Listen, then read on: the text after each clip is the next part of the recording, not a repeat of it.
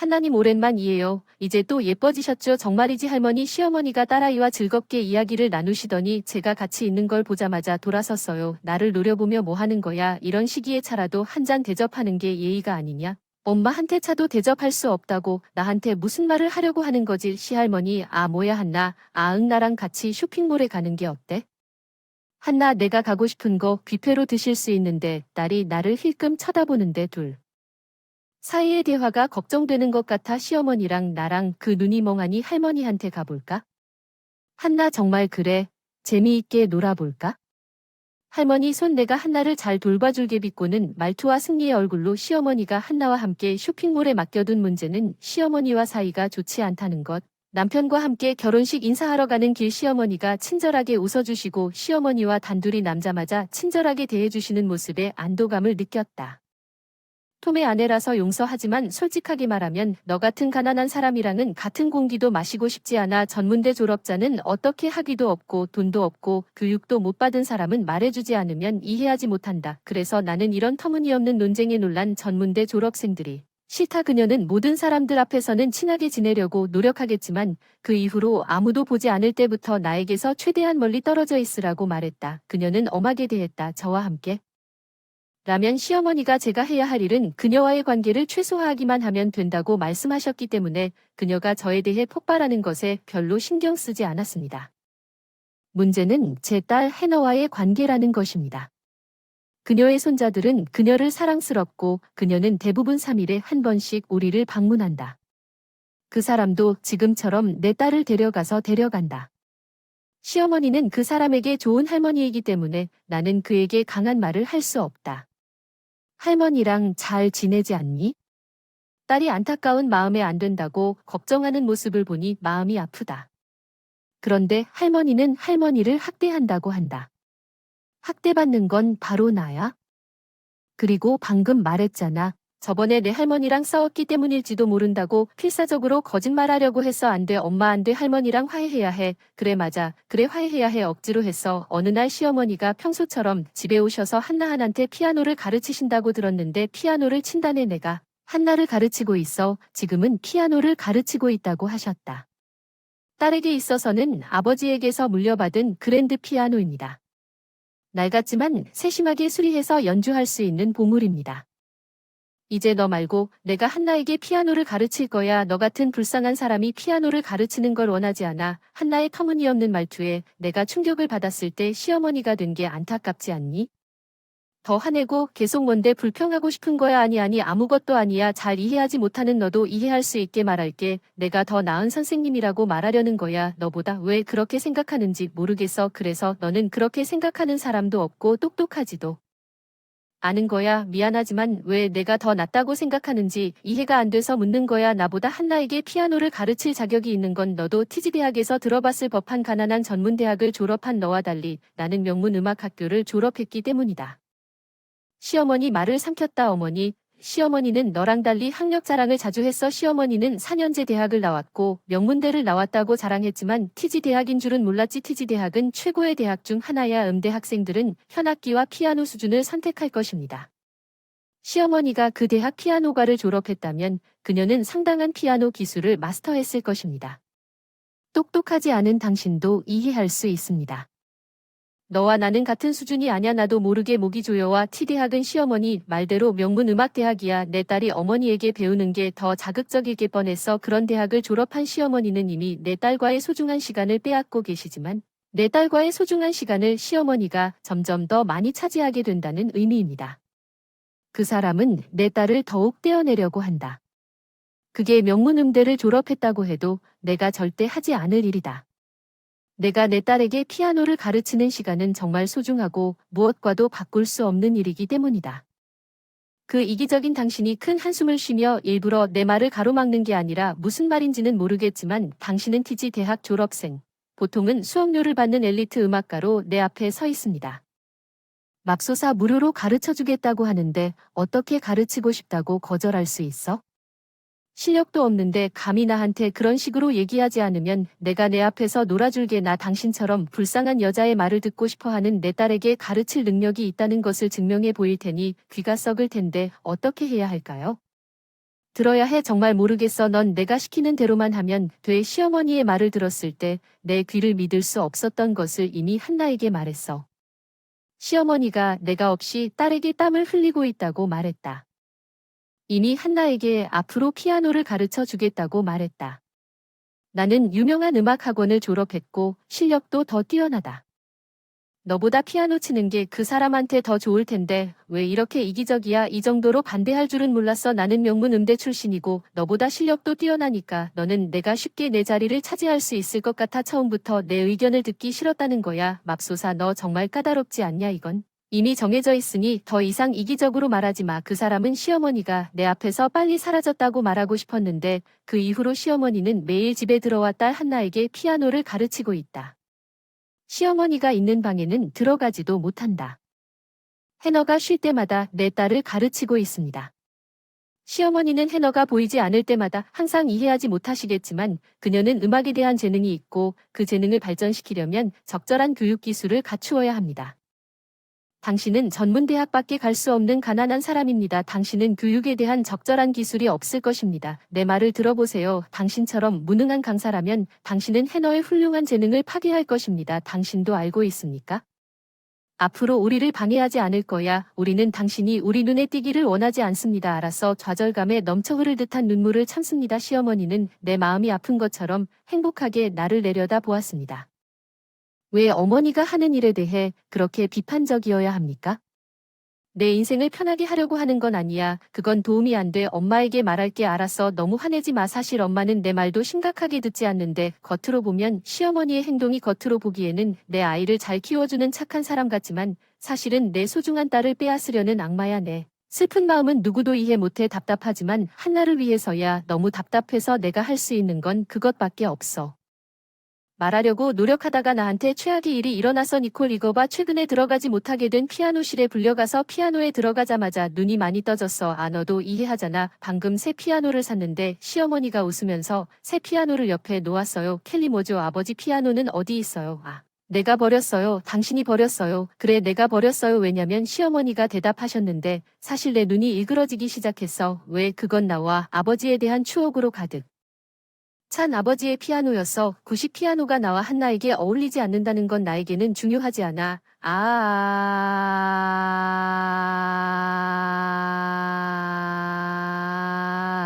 허락 없이 집에 들어왔다는 게 무슨 말이에요? 저는 항상 그렇죠. 그것이 당신의 존재와 부재의 차이라고 생각해요.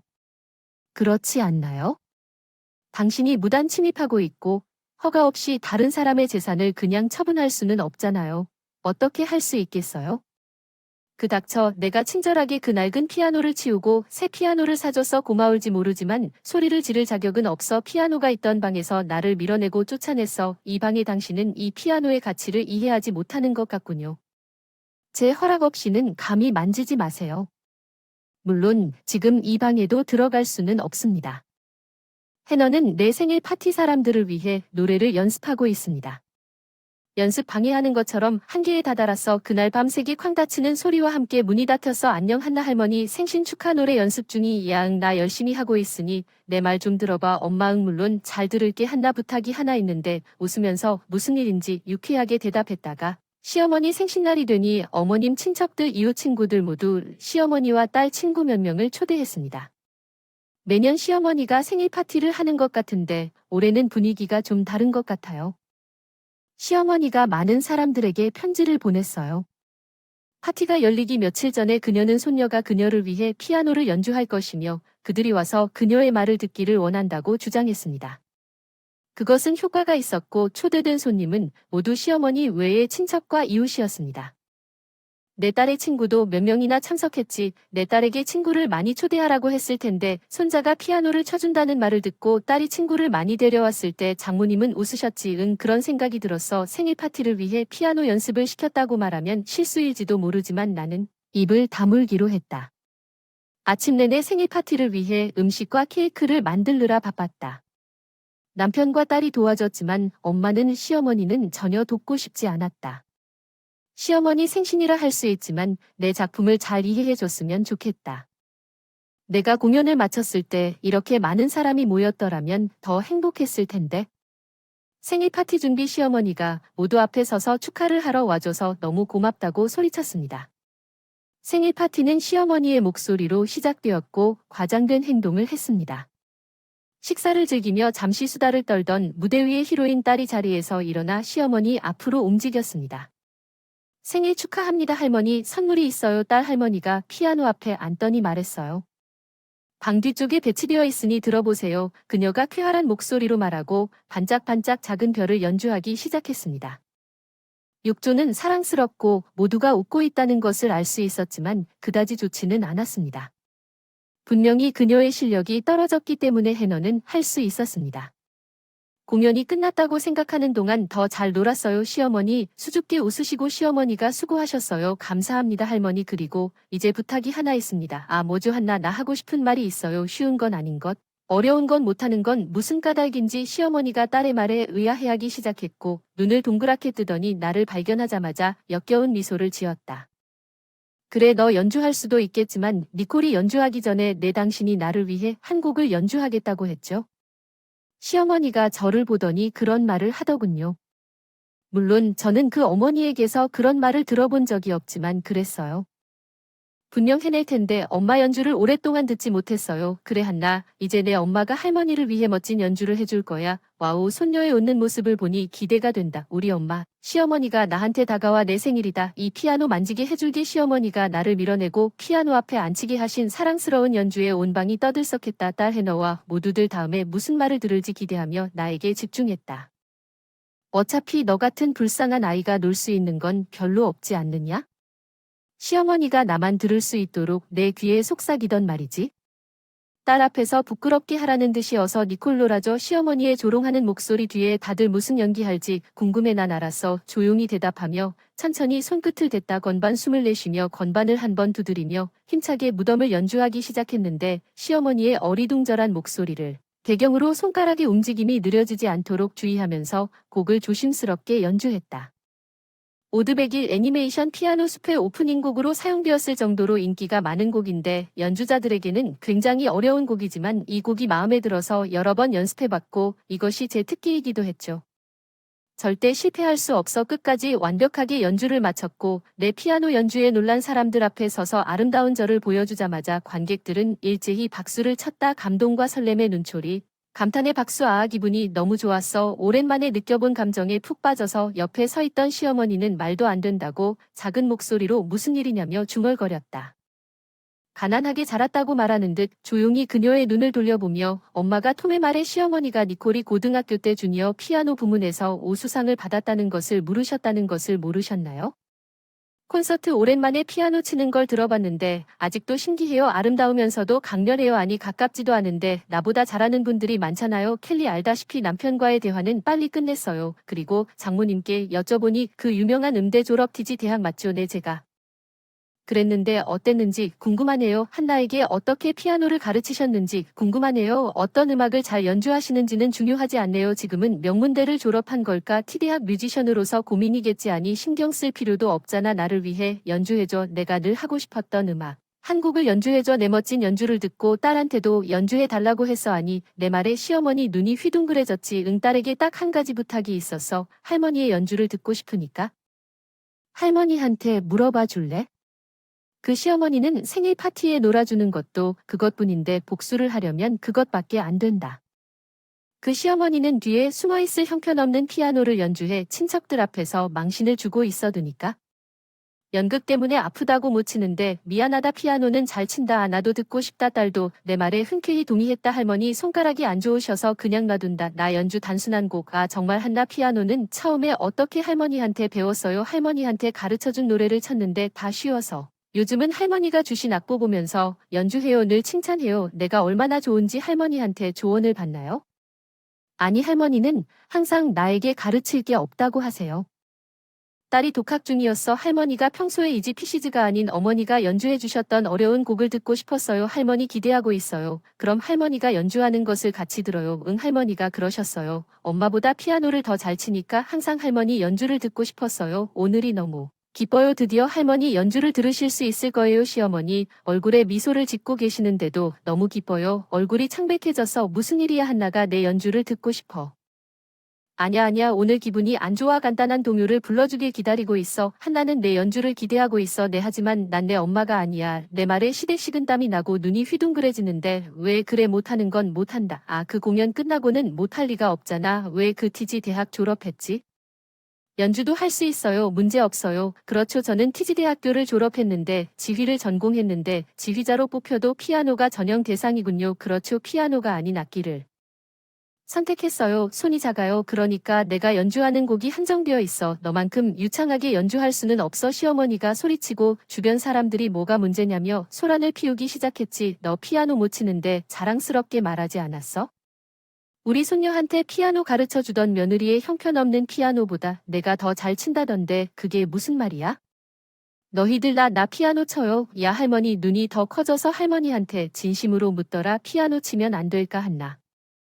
할머니 피아노 안 치는데 왜 안 한다고 거짓말을 했어. 해너 난 안 쳤어. 거짓말이 아니라 내가 그녀에게 왜 항상 나에게 그렇게 친절하지만 어머니에게는 그렇게 엄격한지 물었을 때 그녀는 그것은 어머니가 그녀를 학대했기 때문이라고 말했고 나는 그것이 사실이라고 생각했습니다.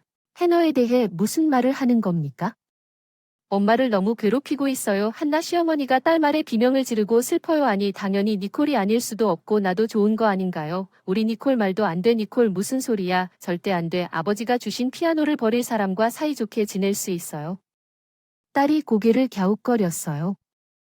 당신이 더 이상 필요 없다고 해서 버리고 새 것으로 샀어요. 아버지께 물려받은 소중한 것인데 더 이상 가지고 놀 수 없어도 버리지 않을 텐데 정말 그럼 왜 버리셨는지요? 할머니는 그것이 우리 어머니의 소중한 보물인 줄 몰랐나요? 딸의 말에 시어머니는 그냥 고개를 저으며 안 돼 안 돼. 안 돼 안 돼. 우리 둘의 대화에 손님들이 소란을 피우기 시작했다. 남편은 기분이 나빠진 것을 감지하고 손님에게 밤에 놀자며 떠나자고 했다. 나가라고 재촉한다. 잠깐 진짜 아니다. 이유가 있다. 이유가 무엇인가 중얼거리는 시어머니를 바라보며 입을 열었다. 부디 파괴하지 말아주세요. 내 딸의 재능은 내 말에 내 이기심 때문이었다. 내 시어머니는 그날 이후로 무릎을 꿇고 다시는 집에 오지 않았다. 그녀는 아무리 원해도 자기 생일 파티에서 불명예스럽게 행동했다. 게다가 그녀의 집에 우리를 보러 올 수 있게 된 것 같아요. 그녀의 생일 파티에 참석한 친척들과 이웃들이 그녀에 대해 나쁜 소문을 퍼뜨린 것 같습니다. 이제 그녀는 친척들과 이웃들에게 외면당하고 있는데도 여전히 내 잘못이 아니라고 말하고 있습니다. 그 악한 아내에 의해 만들어져서 시어머니가 자기 잘못이 아니라고 동네를 돌아다니는 건 당연지사. 아무도 심각하게 받아들이지 않아. 솔직히 시어머니가 우리 딸이 배워온 것과 똑같다고 생각해 나한테 피아노를 쳤는데 걔가 점점 나아지고 있어. 엄마 피아노가 조금 나아질 때까지는 어려울 것 같은 듀엣을 같이 잘 연주하고 싶어. 그럼 내가 많이 연습해서 너보다 더 잘할게. 해너 당신이 나를 빨리 능가할 거라고 확신해요. 나는 피아니스트가 될 거예요. 피아니스트 그리고 많은 사람들 앞에서 나는 피아니스트가 되었다고 말해요. 어머니가 나보다 훨씬 더 피아노를 잘 치도록 가르쳐 주셨거든요.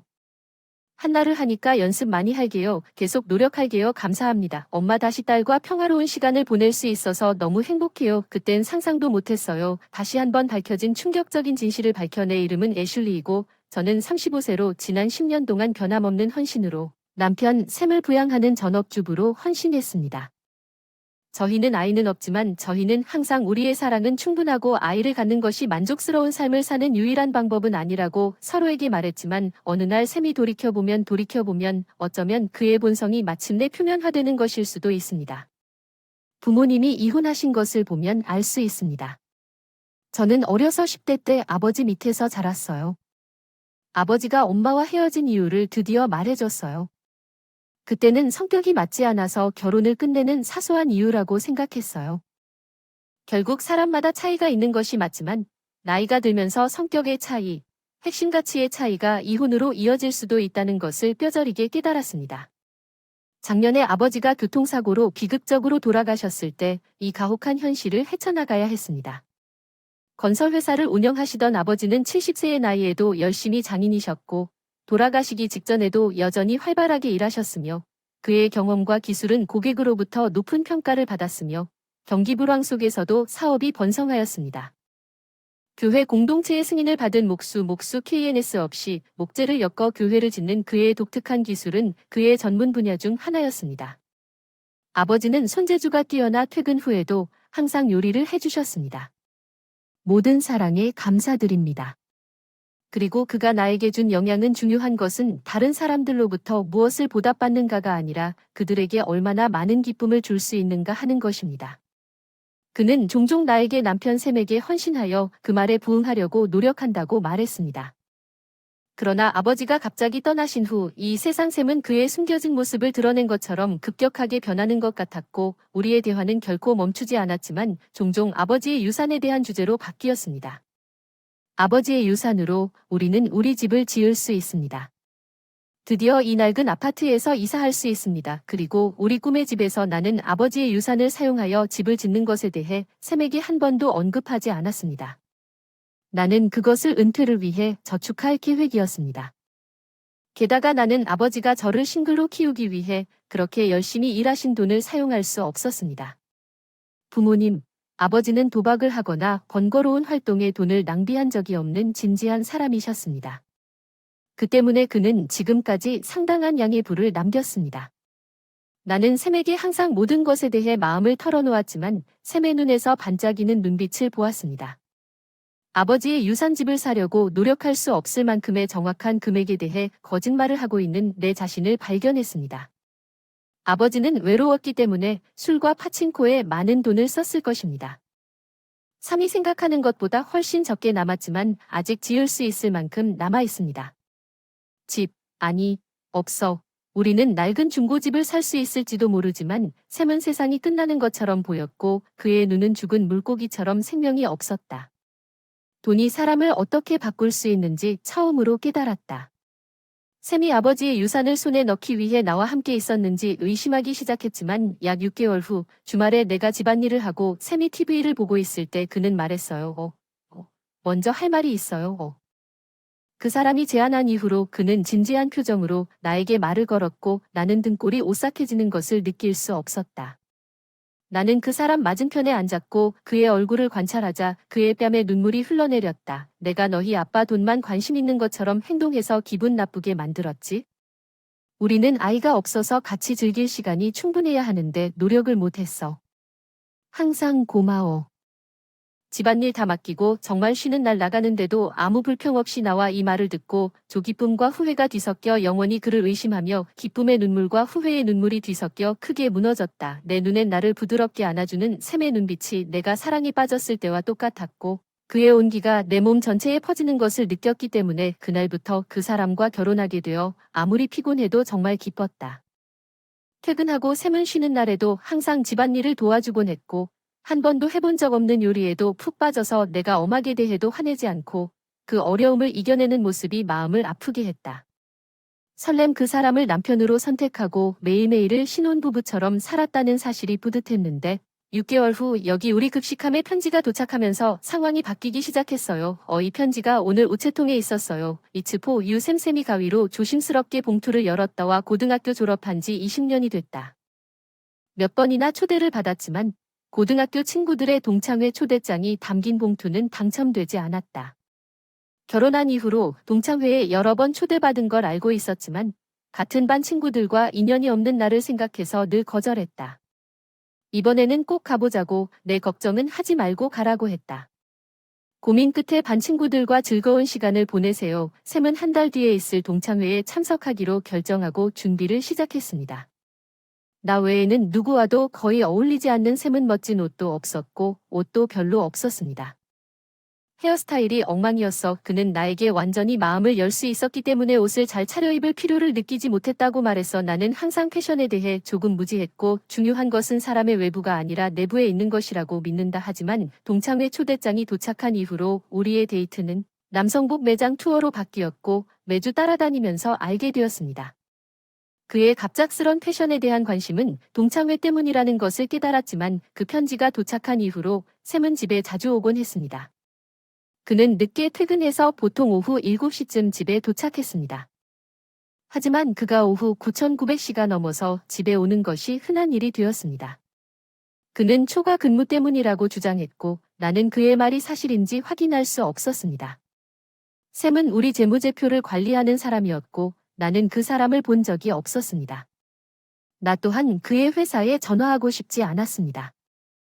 3일 후 그를 의심하고 동창회까지 2주 남았습니다. 3위 직장에서 돌아와서 나를 거실 의자에 앉혀서 몇 가지 소식을 전했습니다. 내 여동생 미셸은 방금 함께 살던 남자친구와 헤어졌고 지금은 집에 머물고 있습니다. 친구 집인데 친구 남편이 다음 달 출장을 다녀와서 살 곳이 없을 거예요. 사랑스러운 여동생을 위해 뭔가를 해줘야 해요. 샘이 여동생을 걱정하는 마음 충분히 이해해요. 현재 남동생이 있어요. 결혼하고 나서도 해외에서 일하다 보니 걱정도 되고 연락도 자주 하더군요. 우리 아버지처럼 든든한 사람인데 너무 착하고 속이기 쉬운 사람이에요.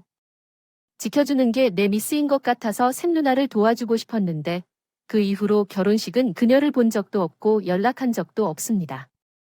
아버지의 유산을 거의 아는 사람을 위해 사용하는 것이 꺼려져서 조용히 지냈습니다.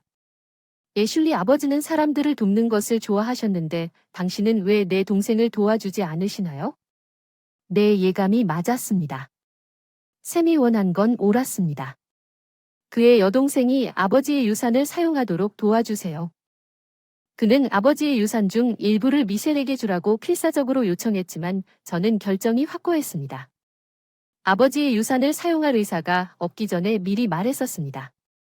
정말 필요할지도 모른다고 중얼거린 샘은 그 이후로 나를 피하기 시작했고 우리는 함께 식사를 했지만 대화를 시작하지 않았고 내가 아무리 유쾌하게 이야기를 하려고 해도 이틀 후에도 차가운 분위기가 남아 있었다.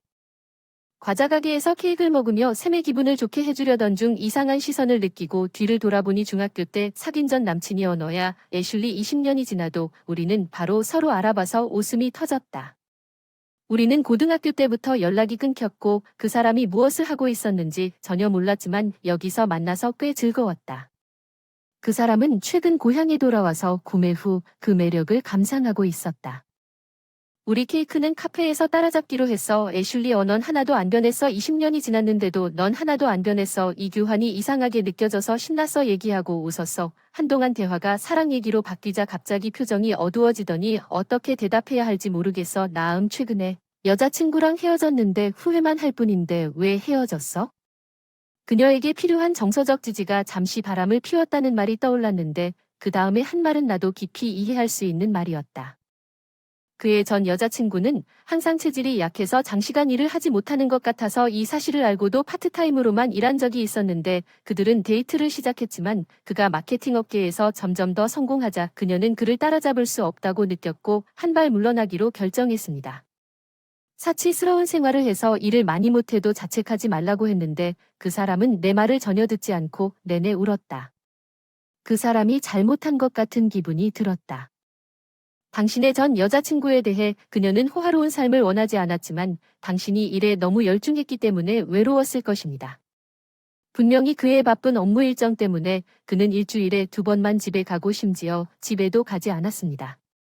매일 그녀에게 문자를 보내라. 나는 그 전 여자친구의 입장을 뼈저리게 공감하고 목소리를 높이지 않을 수 없었다.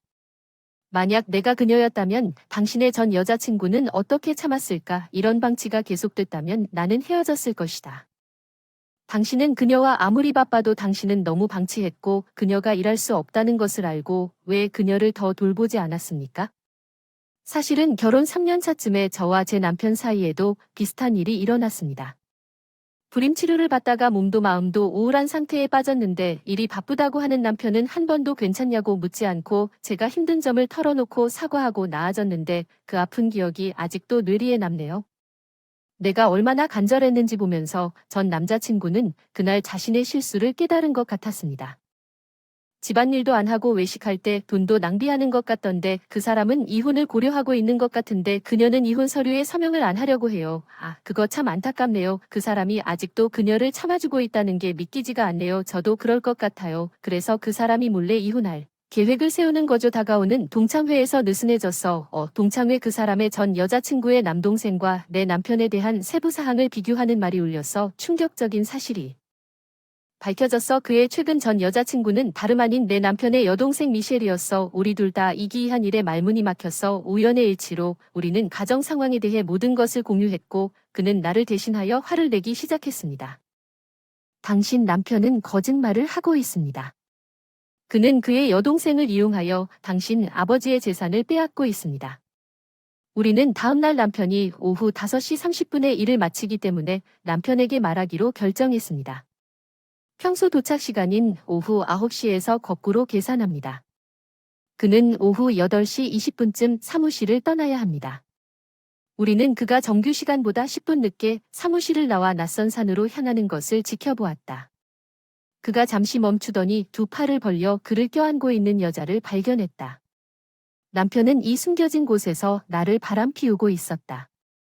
확실한 증거를 수집하기 어려워 전문 사립 탐정을 고용하기로 결정한 후 차 안에서 로고스를 폭행하지 않고 지역으로 돌아왔고 다음 날부터 행동을 취하자 더 멀리 바라보는 나에게 또 다른 용서할 수 없는 진실이 드러났습니다.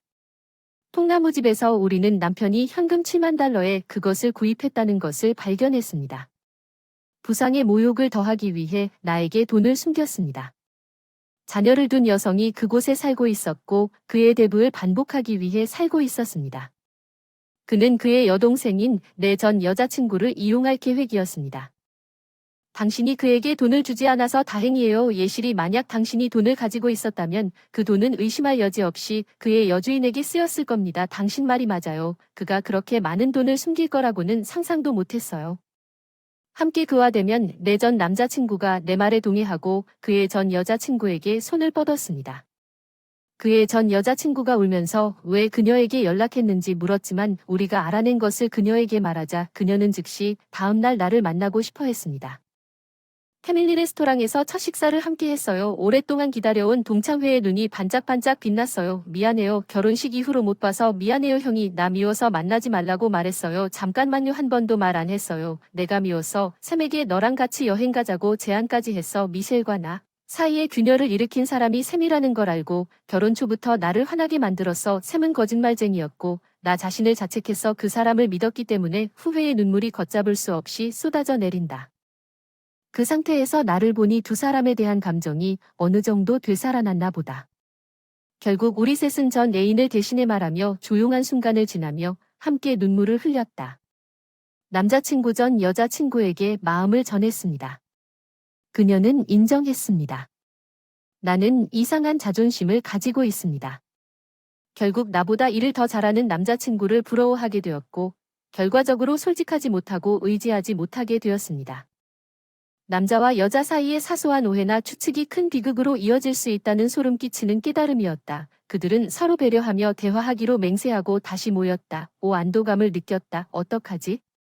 잘 안 됐지만 형이 끼어든 문제에도 불구하고 모든 게 잘 돼서 다행이에요. 도와주셔서 감사합니다. 이제 3일 후 우리가 당신을 지원할 차례입니다. 드디어 반격할 시간이 되었습니다. 남편이 동창회에 가는데 아침부터 기분이 좋은 남편을 배웅하자마자 짐을 싸기 시작했어요. 동창회는 여기서 차로 2시간 정도 떨어진 여관에서 하룻밤 묵고 하기로 했기 때문에 마감일이 다음날 저녁이었는데 전 남친과 여친의 도움으로 시간에 맞추려고 했는데 여유가 생기고 남편과의 추억 사진도 버릴 수 있게 되었어요. 사랑이 참 묘한 것 같아요. 사진이었는데도 너무 소중해서 논의 끝에 이 집을 먼저 팔기로 결정했습니다. 아버지께서 잠시 이 집을 팔아서 가슴이 아팠지만 다음 날 아침에는 이해해 주실 거라 믿습니다. 남편 친정으로 짐을 옮기려고 이사업체 셋이 가서 남편 친정에 사실을 말했더니 누나를 속이는 악당을 키운 기억이 없다며 화내고 아내와는 인연을 끊겠다고 하더군요. 아들인데 저를 친딸처럼 대해주신 그날 우리는 모두 시부모님 집에서 즐거운 시간을 보냈고 다음 날 남편으로부터 동창회가 끝나고 집에 온다는 연락을 받았습니다. 남편의 다투는 목소리가 방에 울려 퍼지는 것을 모두가 들을 수 있도록 스피커에 올리자마자 그는 이렇게 말했습니다. 다시 한번 물어보겠습니다. 내가 돌보고 싶어도 집을 주지 않을 것입니다. 누나 응 아니야 난 아니야. 그럼 오늘 저녁까지 집에서 나가? 예전에 내가 이런 말을 했다면 울었을 텐데 그 순간엔 눈물 한 방울도 나오지 않았어.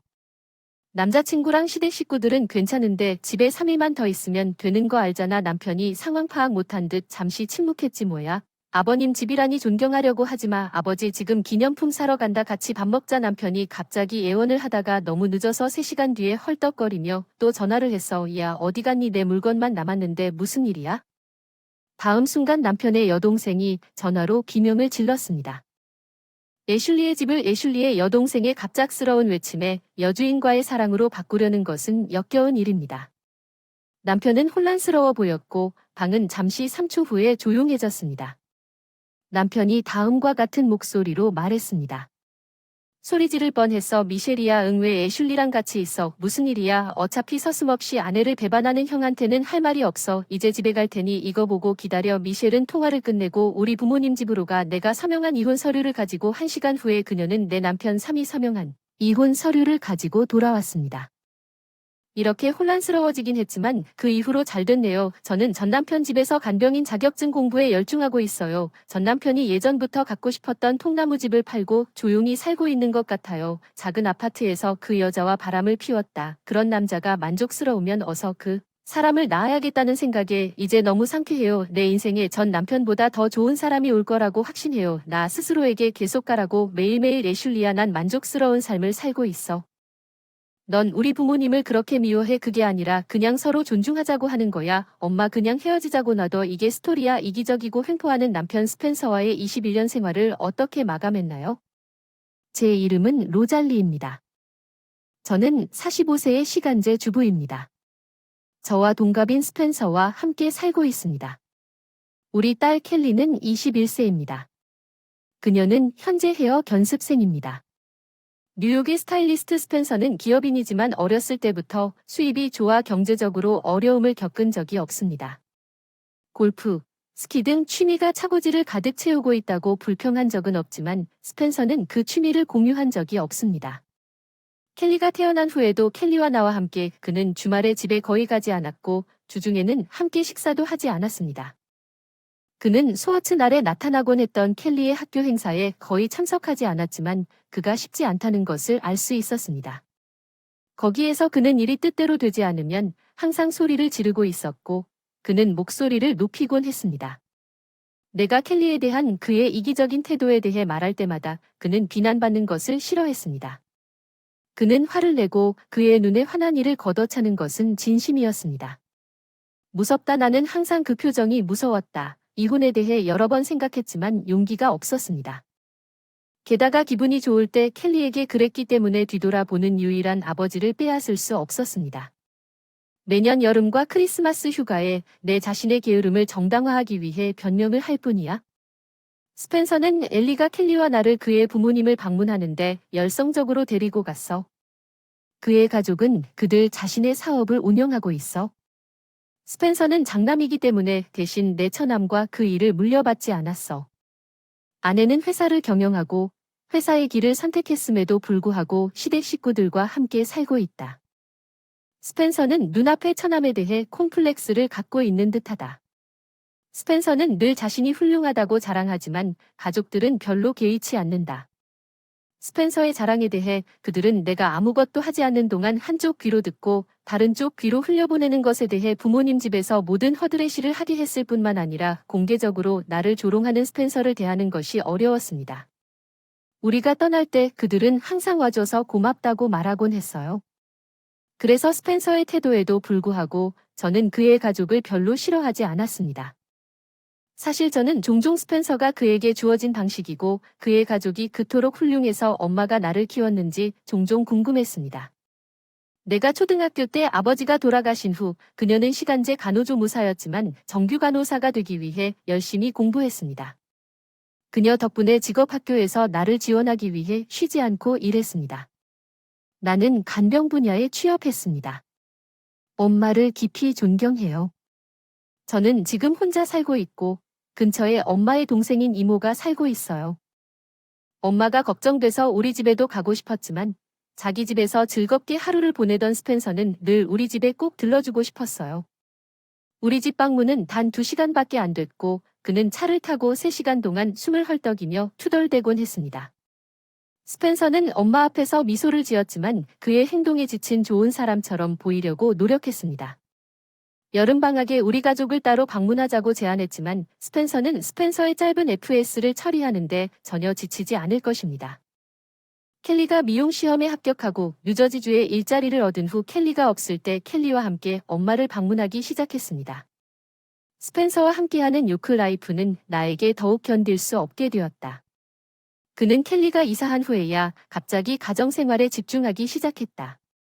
내가 집에 조금 늦게 들어와도 그는 나에게 소리를 지르곤 했지만 나를 꼭 붙잡고 있는 동안에도 놀러 나가는 것을 멈추지 않았다.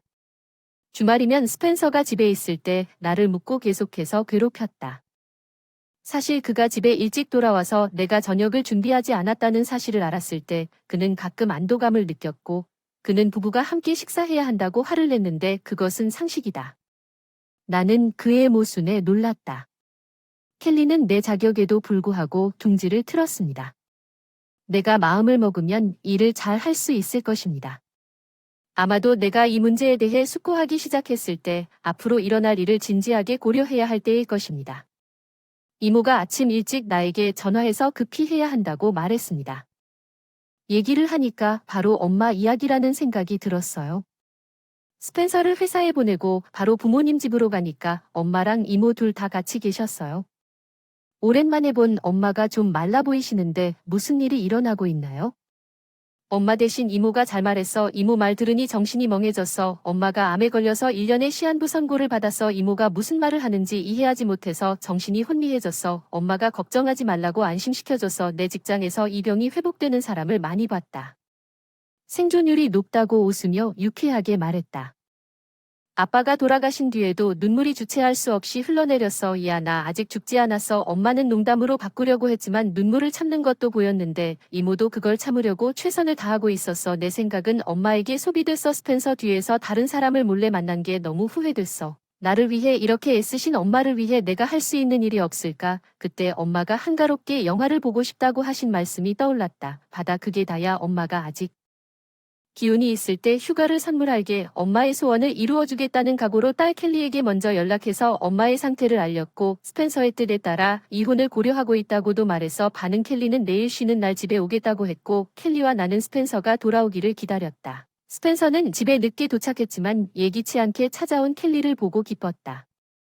그레이스를 걱정하는 것처럼 굴복하지 않아도 엄마를 걱정하는데 그게 무슨 문제야? 넌 우리 부모님을 그렇게 미워하는 거야. 그게 요점이 아니야. 엄마의 건강에 관한 것인데 상호 존중에 대해 말하는 거야. 스펜서는 이해하지 못한 채 눈물이 가득 차서 분노와 슬픔으로 눈을 뜨고 켈리가 말했어요. 엄마 그냥 이혼하자. 그녀는 침착하게 말했어요. 그녀의 말은 격노했습니다. 스펜서, 당신은 나를 바보로 만들 수 있다고 생각합니까? 누가 테이블에 음식을 올려? 놓느냐고 소리쳤지만 켈리는 그때 몸매가 좋지 않았습니다. 아빠, 당신이 하고 있는 일이 왕따라는 것을 아시나요? 당신은 항상 재미를 최우선으로 생각하고 엄마나 나에 대해 전혀 신경 쓰지 않았습니다. 내가 10대가 되었을 때 갑자기 당신은 과잉보호적으로 매일 나에게 소리를 지르고 나를 그녀를 소중히 여기지 않는 배은망덕한 딸이라고 부르게 되었습니다. 아버지, 당신은 엄마나 나에 대해 관심이 없어요. 당신은 응석바지를 원하는 어린아이일 뿐이라고. 그녀는 켈리의 말이 내 생각보다 더 눈을 뜨게 했다고 말했습니다. 아이를 혼자 살게 두면 이런 일이 일어나는군요. 가족은 신경 쓰지 말고 부모님 집에 가기 싫으면 이혼하자. 스펜서는 분노에 떨고 있었다. 나는 그 사람의 눈을 바라보며 결심이 굳어졌다. 이혼하자. 나는 그 사람의 소리를 무시하고 말했다. 나는 짐을 꾸렸다. 켈리를 데리고 갔다. 저와 집을 나온 뒤 친정으로 돌아가 곧바로 이혼 준비를 시작했고 변호사를 통해 이혼 서류를 보냈습니다. 스펜서는 제가 무너지고 사과할 거라 생각했지만 이혼 서류를 보고 발작적으로 서명했습니다. 화를 내며 이혼이 확정된 것처럼 가족들은 여러 번 사과했지만 스펜서는 후회할 거라고 마지막 말을 했다. 엄마는 이혼한 게 자기 탓이라 미안해하는 표정에 어리둥절해하며 시댁 식구들과 눈빛을 교환했다. 그녀는 그것이 사실이 아니라고 여러 번 말했습니다. 우리는 엄마가 가고 싶어하는 곳을 기준으로 휴가지를 선택했습니다.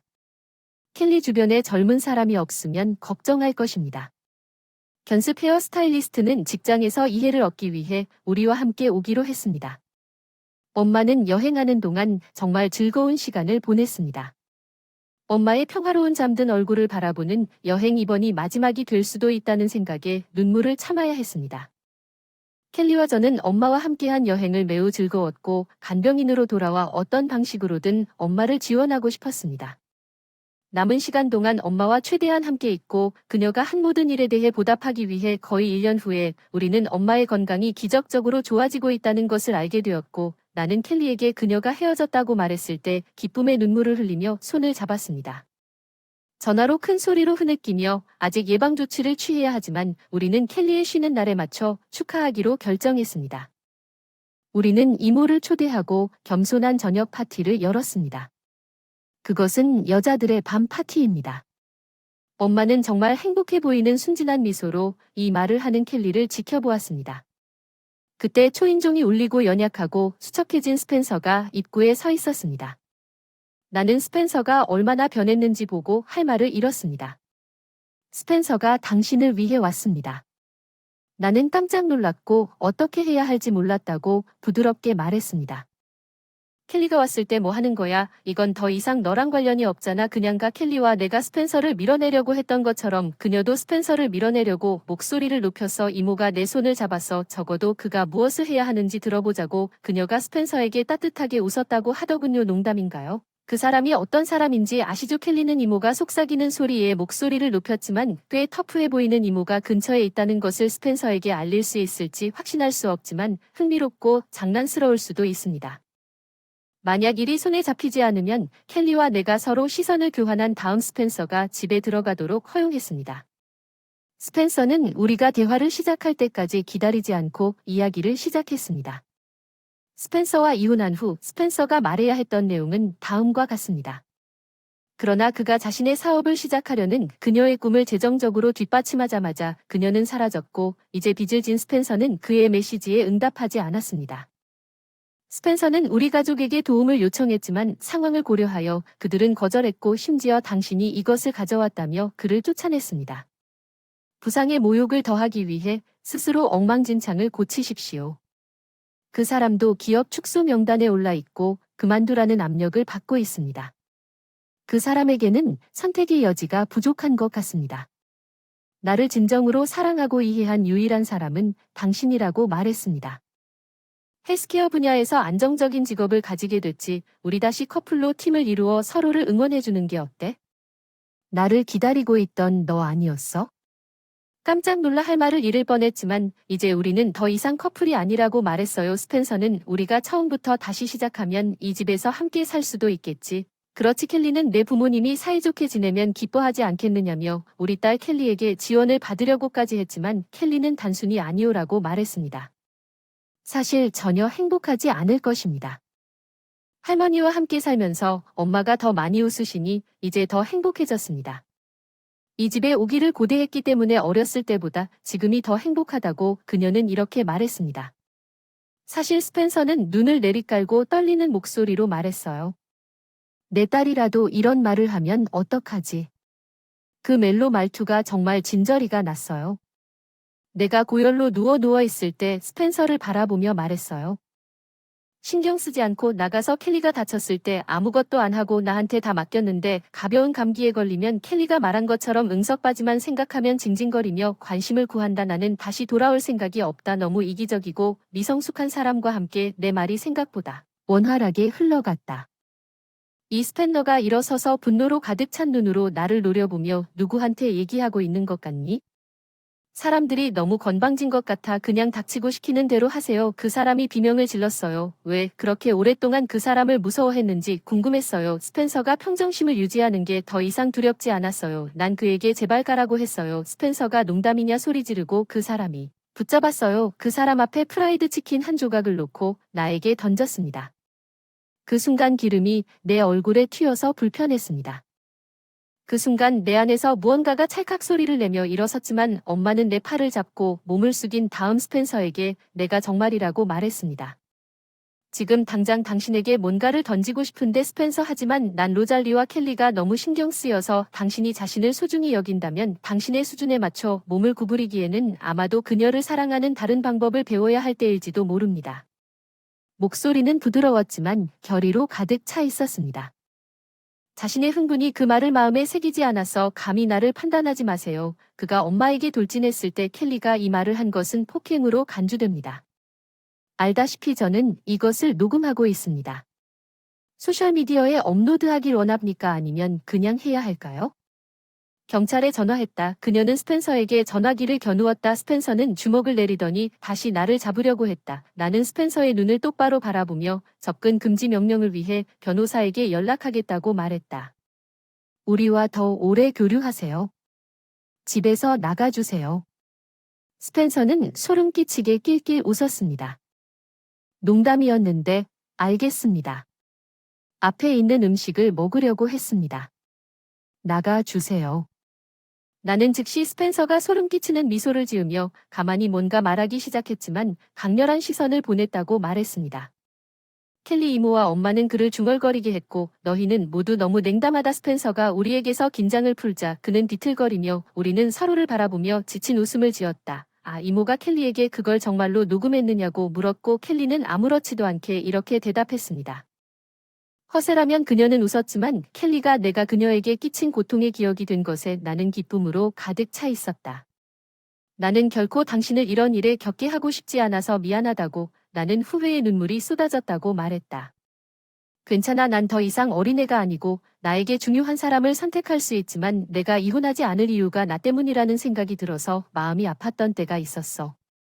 좀 더 단호하게 나아갈 수도 있겠지. 켈리는 켈리의 엄숙하면서도 다정한 말에 눈물을 흘리며 대답했다. 나는 그녀에게 지워진 짐의 무게를 느끼고 울고 싶었지만 강한 의지로 싸워준 켈리와 엄마네 앞에 있는 그녀의 심각한 질병으로 인해 나도 강해져야 한다는 것을 알았습니다. 스펜서를 철없다고 했을지 모르지만 아직 스스로 할 수 있는 일이 많이 남아있다는 것을 깨달았습니다. 스펜서는 그 후에도 여러 번 전화를 시도했지만 전혀 응답하지 않았습니다. 그 사람은 집에 몇 번 나타나기도 했지만 나는 문을 통해서만 경찰에 신고하겠다고 말했고 다음번에 경찰에 신고하자고 의논하던 중에 그런 식으로 몇 번 방문한 후에는 그 사람을 한 번도 만나지 못했습니다. 시댁 식구들, 우리의 어리석은 아들에게 사과드립니다. 특히 우리 손녀 켈리에게는 문제를 일으키고 싶지 않습니다. 그래서 우리는 그의 부모로서 책임을 지기로 결정했습니다. 요점은 내가 쫓아낸 스펜서에게 전화를 걸었다는 것입니다. 가업을 돕기 위해 나가서 재교육을 시키려 했으나 천암 밑에서 일하는 것을 참지 못하고 가족뿐 아니라 고객에게도 폐를 끼치게 됐다. 그 고객 중 한 회사의 CEO 더 이상 참을 수 없었고 스펜서를 외딴 곳에 있는 자회사로 옮겼습니다. 주변에 즐길 거리도 없는 엄격한 환경이었고 스펜서는 이제 스펜서와 같이 재미를 좋아하는 사람에게는 기본적으로 고립된 상태에서 일하는 것 같습니다. 엄마의 상황에 직면한 궁극적인 형벌은 나에게 나 자신과 맞설 수 있는 기회를 주었다. 나는 남을 잘 비난하지 않고 강해지는 법을 배웠다. 나는 스펜서가 마땅한 것을 얻었다고 생각한다. 분한 내 더 큰 소원은 스펜서가 정서적 독립을 얻는 것입니다. 그 사람이 어딘가에서 생활하고 있기를 바랍니다. 당신의 옷은 평범하고 싸구려처럼 보입니다. 대기업의 외동딸 세레나는 우리가 만날 때마다 항상 나를 무시합니다. 그녀는 아마도 내가 그녀의 가족을 위해 충분하지 않다고 생각할 것입니다. 내가 선택한 옷을 자주 모욕하는 세레나는 어느 날 파티에서 내 드레스에 와인을 쏟았습니다. 나는 당신에게 별것 아닌 보상을 줄 수 있습니다. 그녀는 자신이 살아있는 악몽을 겪게 될 것이라는 것을 거의 몰랐습니다. 내 이름은 제이더입니다. 저는 58세 미혼모입니다. 저는 25세의 대학 동창과 결혼하여 30세의 행복한 삶을 살았습니다. 새 식구가 제 삶의 터전이 되었다고 생각했던 바로 그 순간에 아들 게리를 낳았습니다. 남편은 최선을 다했는데도 중병을 앓아 게리가 3살 때 세상을 떠났습니다. 저는 게리를 싱글맘으로 키워왔습니다. 게리는 잘 자라서 의사가 되고 싶다는 뜻도 밝혔고 열심히 공부한 끝에 명문사립의대에 진학했습니다. 그는 미국의 메리 및 주 의료 시험에 합격하고 의사가 되었습니다. 게리는 나의 자랑이자 기쁨입니다. 게리는 2년 전에 결혼했지만 그의 아내 서리너와의 관계는 매우 좋지 않았습니다. 그들은 대학 클럽에서 만났고 제가 후원한 이후로 계속 친해졌습니다. 그들의 관계는 내 자신의 결혼 생활을 진심으로 보고 있습니다. 나는 그들이 결혼하기로 결정했을 때 그녀를 우리 가족으로 환영했지만 곧 세레나의 트루 컬러를 보기 시작했습니다. 그녀는 어릴 때부터 버릇없는 대기업의 외동딸입니다. 그녀는 무엇이든 얻습니다. 게리 운전사에 따르면 사치품인지 원하는 대로 되기를 원합니다. 자동차와 브랜드 선물이 그녀에게 표준이었습니다. 선물이 마음에 들지 않으면 하녀를 보내 교환을 하곤 했습니다. 그녀가 너무 자기중심적인 것은 당연합니다. 결혼 후 게리는 의학 공부를 위해 영국으로 갔는데 세레나는 스트레스가 쌓이기 시작했고 이건 내가 원했던 결혼 생활이 아니라고 짜증을 내기까지 했다. 그녀는 처음부터 나에게 스트레스를 풀고 있었고 우리 관계는 나아지지 않았다. 화해하려고 노력했지만 그녀는 사실 관심이 없습니다. 어느 날 그녀의 거만한 발언이 늘어났습니다.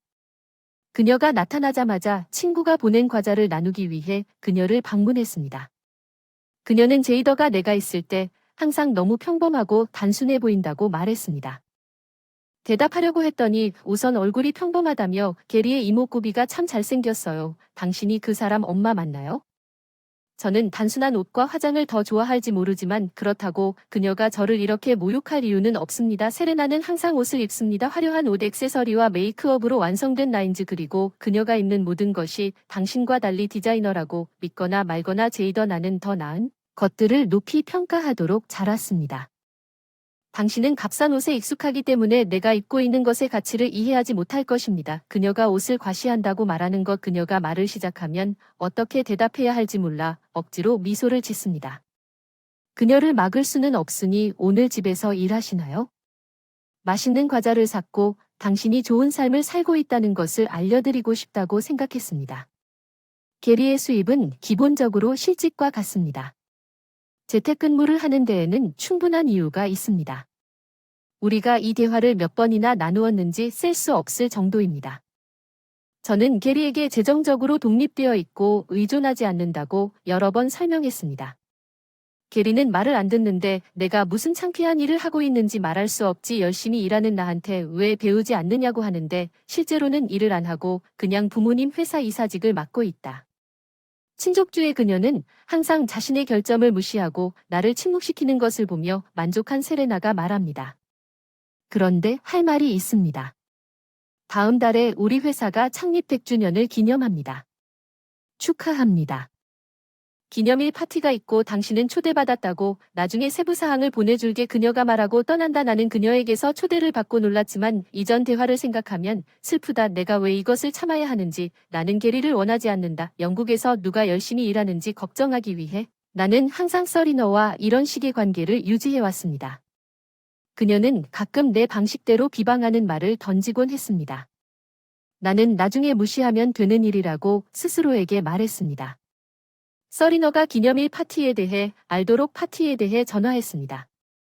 디자이너 옷을 입었다는 게 맞는 건지 짐작은 가는데 이렇게 호화로운 파티에 어울리는 옷이 없어서 난감해요. 게리가 파티에 다시 오니까 상의하기로 했어요. 세레나가 옷을 제대로 입으라고 했어요. 근데 그 여자 취향에 맞는 드레스는 하나도 없어요. 걱정하지 마세요. 엄마 세레나 취향에 꼭 맞아야 한다는 드레스 코드는 없는데 그래도 한 벌이라도 없어요. 제가 갖고 있는 건 오래된 디자인이거든요. 그럼 그냥 맞춤형으로 문제를 해결하세요. 게리의 조언 덕분에 파티 전날에 낡은 드레스를 맞춤 제작하기로 결정했습니다. 게리와 함께 점심을 먹기로 결정합니다. 오랜만에 게리를 보며 식사와 대화를 즐긴 후 마음이 따뜻해졌습니다. 결국 백화점으로 가죠. 기념일 파티에 빈손으로 갈 수가 없어요. 명품을 좋아하는 세레나는 디자이너 선물을 받으면 항상 기뻐해요. 그게 그녀를 행복하게 해주는 간단한 방법이고 특히 다음과 같은 경우에는 감사해요. 게리가 선택해서 불평하지 않을 테니 다행입니다. 내일 파티 때문에 좀 우울하지만 게리와 함께 쇼핑하면서 서리너가 집에서 빨리 사용할 우아한 디너웨어 세트를 선택했다는 생각이 들자 기분이 좋아졌습니다.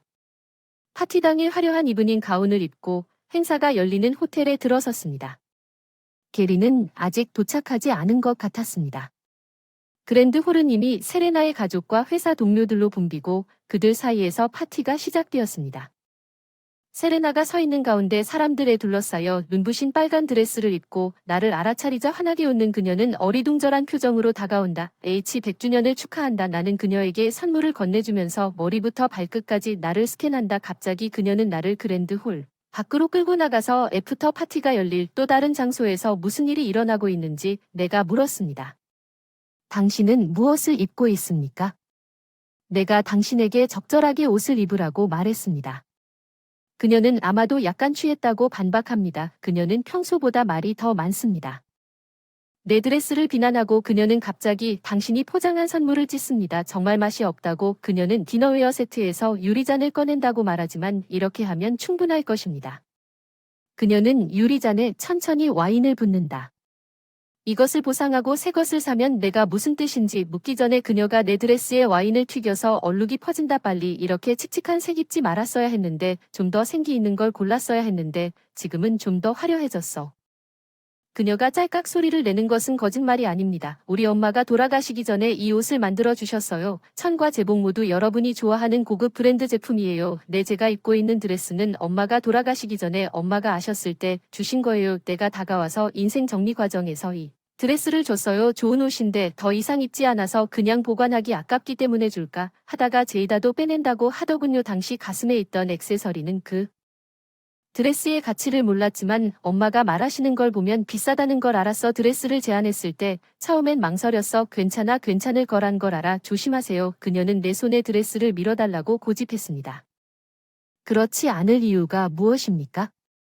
그런 조작된 이야기를 믿고 세레나는 내 말을 거짓말로 일축하고 참여를 거부했지만 문 손잡이가 돌아가는 소리는 보안으로 둘러싸인 그룹 중앙에 더 많은 손님이 도착했음을 신호합니다. 직원은 얼굴입니다. 할아버지를 알아봅니다. 내 말은 세레나 의자입니다. 달려가네. 의자야 다름 아닌 주빈 너 여기서 뭐 하는 거야? 여기는 애프터 파티를 위한 별도의 장소와 실수한 것 같아 의자는 진심으로 웃지만 세레나는 당황하기 시작하고 별도의 장소에서 뭐 하는 거야? 여기 대답할 수 없음. 세레나는 시선 의자를 낮춘다. 그녀를 바라보고 내 와인 얼룩진 드레스를 입은 나를 바라보며 상황을 이해하는 것 같다. 세레나 이것이 의미하는 바가 무엇인지 설명하십시오. 그의 쾌활한 태도가 사라지고 분노의 큰 목소리로 대체됨. 세레나는 말문이 막힙니다. 의자가 나에게 다가와서 손수건으로 포도주 얼룩진 부분을 부드럽게 두드려주면 도움이 될 것입니다. 감사합니다. 넌 손수건이잖아. 날 생각할 필요도 없어. 세레나가 갑자기 이 일이 벌어지는 걸 보고 일어나서 창백한 얼굴로 거기 서 있는데 왜 그렇게 놀랐어?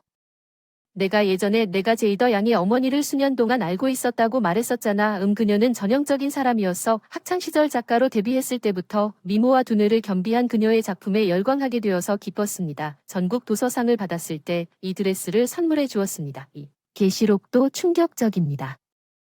엄마가 준비했다고 하더군요. 드레스 자체가 의자에서 보낸 거라고 믿을 수 없었어요. 전국 도서상. 세레나 눈을 크게 뜨세요. 당신은 정말 무식한 의자 중얼거립니다. 미스 제이다도 어머니의 뛰어난 재능을 물려받은 유명한 작가입니다. 저도 당신 작품의 열렬한 팬이에요. 그녀는 그렇습니다. 유명한 작가인 제가 집에서 일하는 데에는 그럴 만한 이유가 있습니다.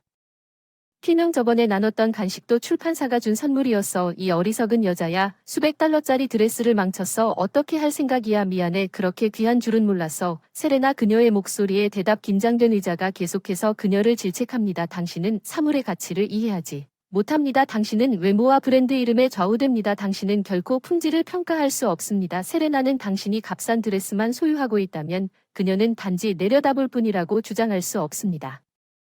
솔직히 이해가 안 될 테고 취향이 형편없어. 내가 의자를 들어올린 게 어디 잘못됐나. 한숨 깊이. 의자. 조용히 해라. 창피하다. 의자가 마지막으로 날카로운 발언을 한다. 심지어 세레나도 강의를 마치고 얼굴이 빨개지는 게 부끄러운 것 같다. 오늘 그의 비서에게 속삭이는 것은 많은 회사가 있는 특별한 날입니다.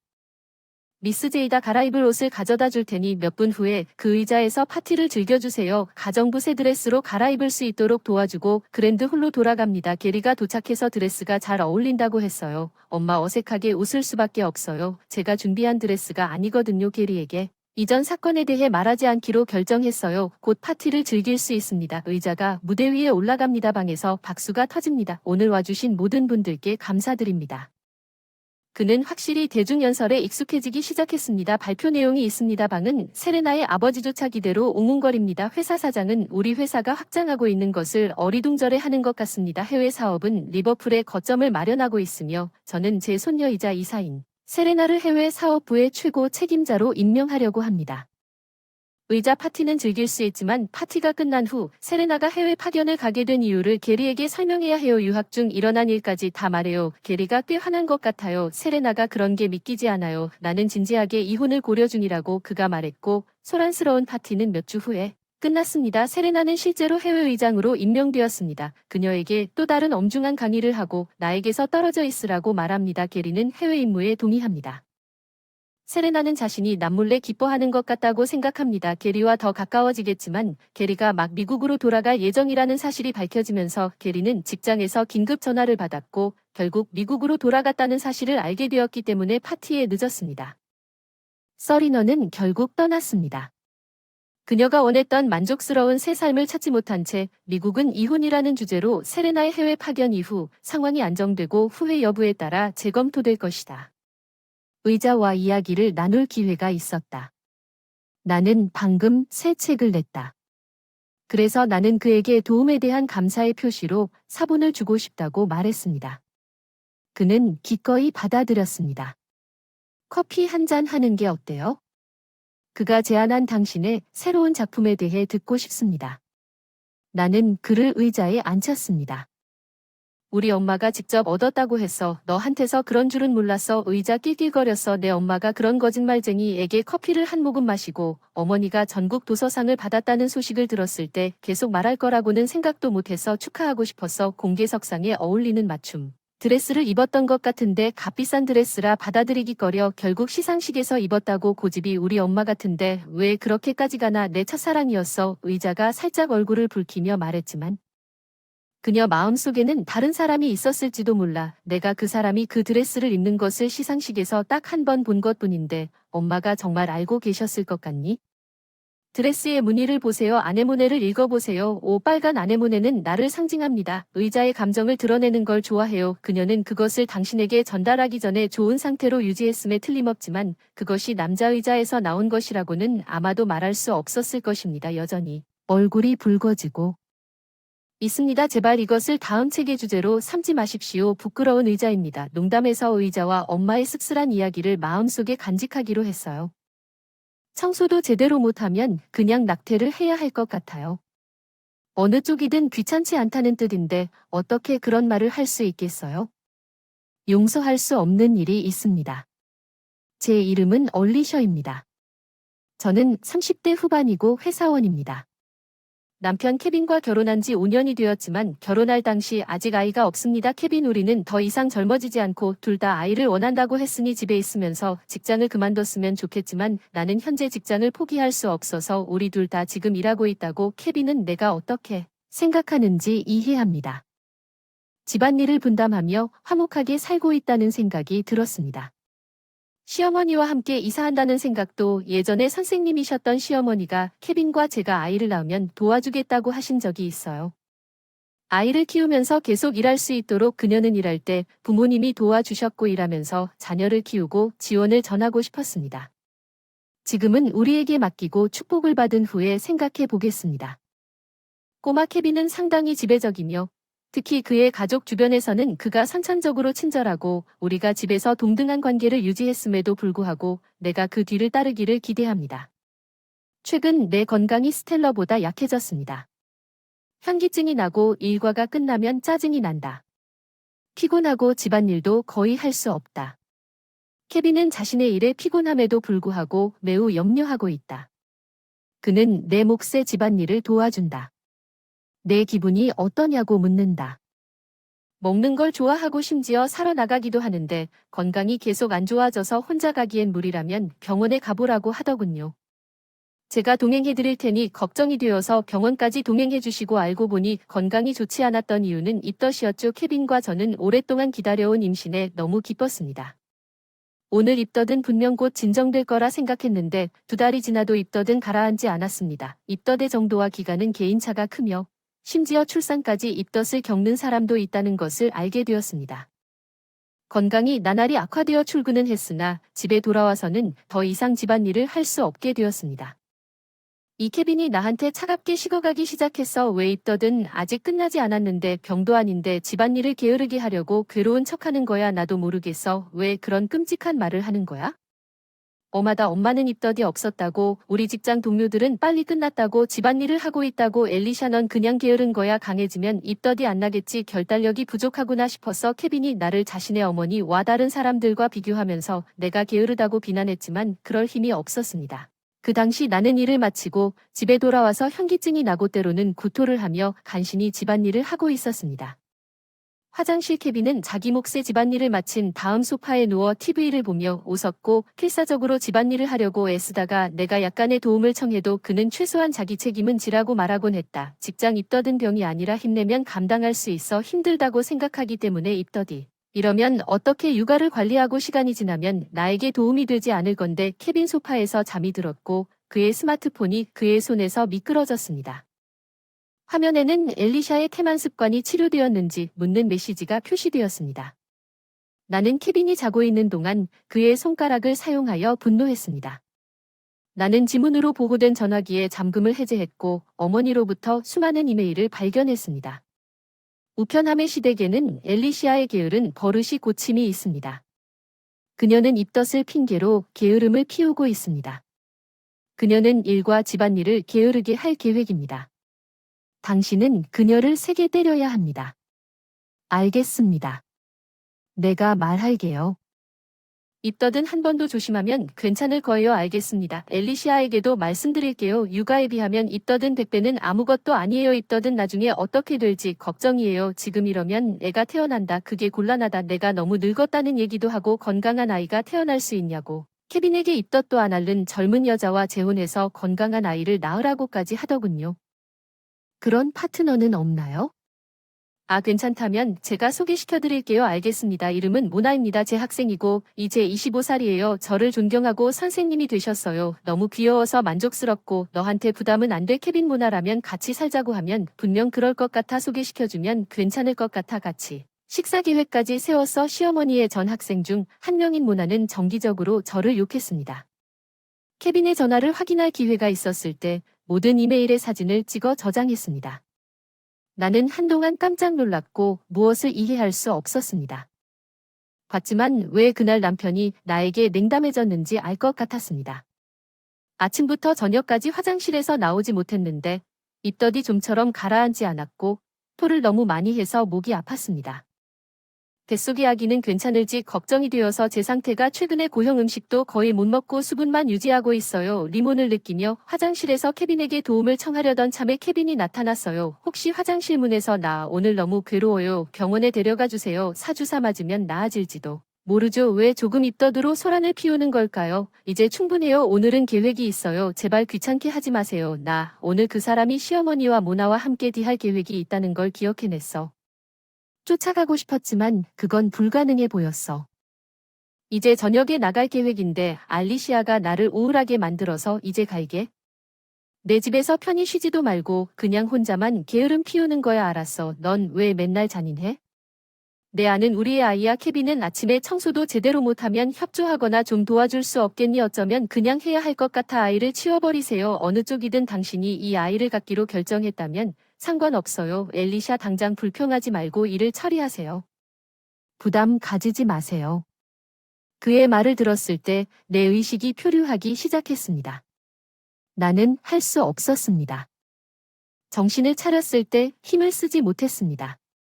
저는 병원에 있었습니다. 부모님은 걱정스러운 표정으로 저를 바라보셨습니다.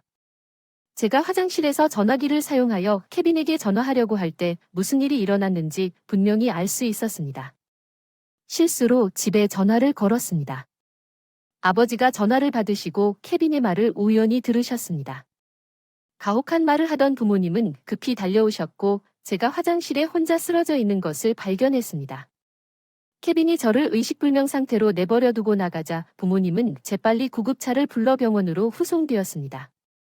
케빈 휴대전화에 있는 사진을 모두 보여줬어요. 아버지는 제가 퇴원할 때 다음날 케빈과 그의 부모님과 얘기해야 한다고 생각에 잠겨 계셨어요. 케빈이 마침내 내 병실에 나타났어요. 케빈이 웃으며 심각하게 뭐 입원 중이냐고 말했어요. 넌 그냥 하룻밤 묵었잖아. 알겠어. 입덧은 별거 아니라고 했잖아. 이제 집에 가자. 케빈 잠깐만요. 아까 의사 선생님이 말씀하셨는데 제 상태 때문에 휴식을 취하라는 진단서를 받았어요. 이미 받았어요. 내일부터 휴가 나가려고. 회사에 연락했어. 아와 너도 이제 일을 게으르게 하는구나. 오늘 입덧은 괜찮겠구나. 이 상태로 회사에 있는 모두에게 부담이 될 텐데 그럴 거라면 내일부터 집에 와요. 집안일을 할 필요는 없지 않습니까? 집에 슬쩍 집에 있을 거니까 공평해요. 케빈. 최근에 아버지와 이야기를 나눴나요? 아버지는 엘리시아의 상태에 대해 잘 아시나요? 아니, 제가 얘기한 적 없어요. 아빠는 최근에 엄마와 계속 연락을 하고 있고 상황에 대해 말씀드렸기 때문에 알리샤의 상황과 당신의 현재 태도를 고려하여 엄마가 아빠에게 알린 것 같아요. 케빈, 저는 엄마가 집으로 돌아가는 것을 허락할 수 없습니다. 우리는 알리샤를 데리고 가겠습니다. 엘리시아를 망치지는 않지만 미안하지만 이 문제에 관해서는 부모님에게 사과해야 합니다. 아버지가 계실 때 방문하고 싶습니다. 퇴원 후 의사가 최종 검사를 받으러 왔고 검사를 마친 후 퇴원했습니다. 의사가 내일부터 어떻게 관리해야 하는지 설명하고 케빈에게 말했습니다. 당신은 엘리샤의 남편이군요. 맞죠? 엘리샤는 지금 힘든 시간을 보내고 있습니다. 그러니까 그녀를 돌봐주세요. 그녀가 몸을 쉴 수 있도록 집안일을 해주세요. 케빈이 의사에게 대답했습니다. 의사님 무슨 말씀이신지 그건 단지 질병을 경고하는 것일 뿐이라는 거죠. 잘 이해합니다. 불만을 피하기 위해 그렇게 말해야 한다는 거죠. 그렇죠. 걱정해요. 가족 모임이 있을 때 엘리샤가 해야 할 일을 확실히 하도록 할게요. 부모님도 이제 엘리샤를 질책하실 거예요. 양해해 주시면 엘리시아가 의아해하며 의사를 떠났습니다. 내가 설명해야 할 뭔가를 오해하는 것 같거든요.